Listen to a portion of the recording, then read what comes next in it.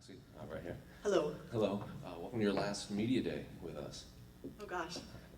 So I know a lot's been made of this being your last fight and everything, but how has fight week been for you so far, leading up to your 50th and last fight? I've been really excited to be here. Really looking forward to this trip. I always enjoy fight week, and I'm really excited to get a media day. I feel special, and I'm really trying not to focus on the fact it's my last one, because I feel kind of pressure when I think of it that way. I think my friends and coaches and fans and media members are really trying to ask me about my career, and I feel really good about that. And I just really want to go into the fight with a positive attitude and just feeling excited and trying to do what I've learned to do. And like, I'm going off on a tangent now, but like all this time I've always focused on, I want to be stronger, I want to be stronger, I want to be stronger. Like, that's my martial arts spirit. So now after this fight, I really want to be able to say, I got stronger. Like, look at what I've done. So that's kind of my feelings going into this fight week. I was going to ask, I guess it reminds me of like when Derek Jeter and Kobe retired, they said they kind of regretted announcing it was their last season, because after that, it kept every press conference, that's what was focused on. Do you maybe regret bringing it up? So, because that now everyone's going to bring it up to you and talk about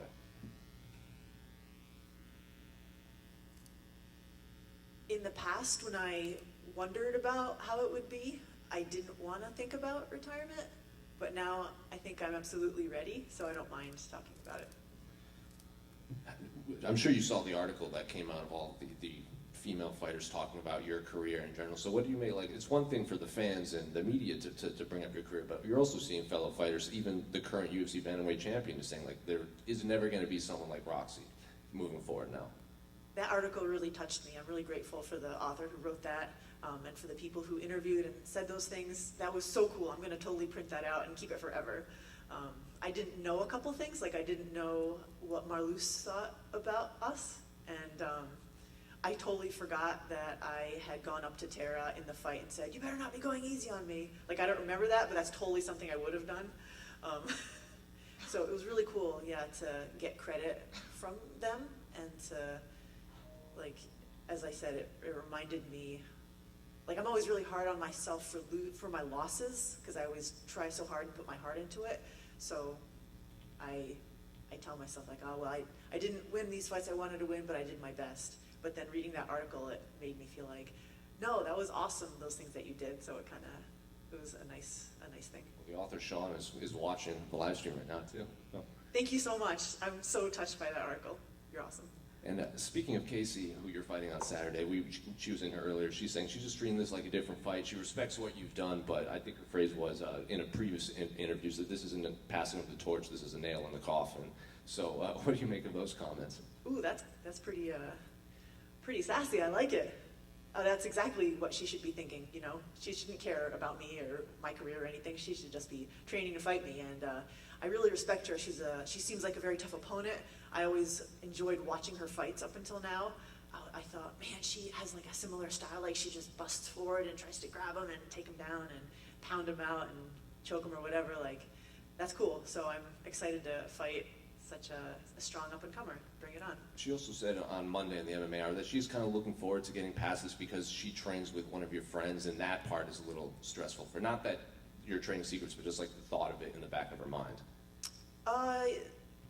Very, very similar, actually.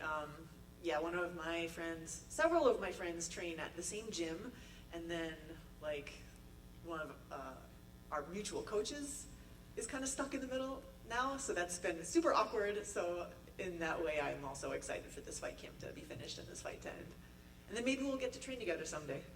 Is there any hints on the final cosplay for the ceremonials? I know you like to keep them secret. Let's say, does anybody know My Hero Academia? Uh-huh. Who is the head hero who ends up retiring? Okay, I don't want to give it away from you. It's okay. Cool. Final one for me. I know your last official range, you did the Scout Regiment salute. Are you caught up now to the most recent episode? Yes. What do you think? Oh man, that's such a screwed up series. Like, but it has a lot of social commentary. Like, just watching it before I came out here, I was like, oh my god, they're really doing this. Like, I don't even know what's gonna happen. I would not want to be alive in that world. Did you envision that that show would take the path it's taking now? No, not at all. And I like your shirt, by the way, sir. Roxanne over here. You talked about how when you had always thought about retirement, it wasn't something that was comfortable for you, but you kind of came to the realization that it was time. What was it? I mean, was there something that you found, kind of that you focused on as like the reason specifically? There were multiple reasons, which is why I feel comfortable making this decision. One was that, like, I feel like I used to wake up at 4 a.m., like, full of energy, like, let's eat breakfast, let's go for a jog, let's do push-ups. And now I'm waking up at 6, like, oh, I don't really want to go have Mortal Kombat at, like, 10 a.m. now. Like, my body just doesn't feel like it. I really want to focus more jujitsu. I keep feeling that urge rather than, like, let's punch each other. Also, I feel like in training after a hard sparring session, I started getting headaches.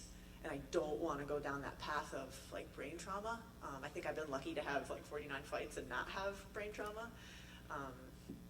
So I started wearing headgear and that problem got better. But it sucks to train with headgear because people grab it and you're like, I'm getting choked by the like headgear strap around my neck. So it's like not as fun anymore as it used to be. So I want to be able to give 100% to my fight camps. And I feel like that I might not be able to moving forward, so I feel like now's a good time to change my life. Yeah, for sure. And I know, people ask you about pressure, always pressure, your retirement fight, but is there any comfort, like reading the article that Jose talked about, like regardless of what happens in this fight, do you feel a sense of comfort, like, win or lose, I've accomplished so much and I had a successful career? Yes, exactly. That's a good point. I do feel proud of myself. Yeah, I've done a lot. So nothing can take away from what I've actually done. Hi, Roxanne, over here. Going off that Attack on Titan question, I want to ask you a question of morality. Whose side would you be on in that final season, Zeke's or Aaron's? Oh, man. I still don't, I feel like I don't know if Aaron's telling the truth because he keeps lying to the audience. Usually the audience is in on the plot. But in this case, like, we don't know who's lying and who's telling the truth. But I would say, I don't know, like, I almost can't believe that Aaron wants to murder. Have you read the mangas?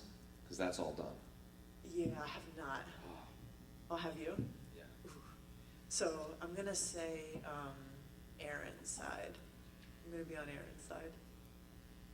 Like, let's be strong, let's fight. Like, actually, funny, I'm branching off here. My dad keeps sending me history magazines to read and articles and stuff. He's like, history repeats itself, pay attention. And I used to be like, Dad, whatever, but now at my age, I'm like, holy crap. So it has such a good social commentary that I can totally see, like, how the author is making a comment about war and our civilization. And we just have to fight for our lives, basically. In this day and age as well, even in our society. In the early stages of your career, you spent a lot of time in Japan, living there, and the beginning of your career, a big part of it took place there.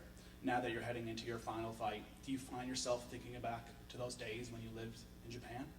I do. I'm enjoying reminiscing about those days, and I had some media interviews with Japanese folks yesterday, and it was so cool because, like, Gon Kakutogi, like, he reminded me of the things that I've done and the team Keishukai that I used to belong to, and I love those days. Those are awesome days, and the teammates, like, I got to talk to Mizugaki-san, and we used to train together, and like all these other people. It was really cool to reminisce about that.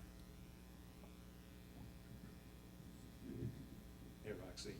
Is there any part of fighting, whether it be the fight week, the preparation, the thrill of victory, have you given thought of what part of that you're going to miss the most? Weigh-ins.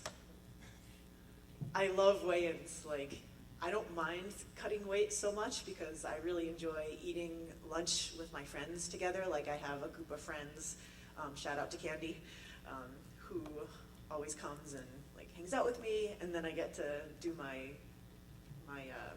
cosplay, which I really enjoy. I get so nervous before that. I like start sweating and like get really like the jitters a little bit before that because I really want to do a cool performance, and then I enjoy watching it on video afterwards. So, weigh-ins. Hey, not to take your mind off the fight, but what are some of your plans post-retirement? Like, I know that you love teaching kids jiu-jitsu. Is that something that you'll be taking more seriously now?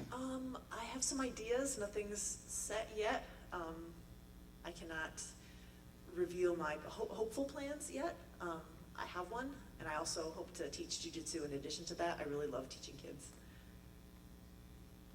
And I love writing as well. Like I'm on writing my second autobiography, the second stage, because I wrote a first one. This is my second one. So I want to finish that, finish getting it edited, and then publish it. When do you expect to have that complete? I'm almost finished writing it, so now I need my friends and people I'm hiring to help me finish editing it. So hopefully I'll finish in the next few months, and then maybe by the end of the year publish it. So stay tuned.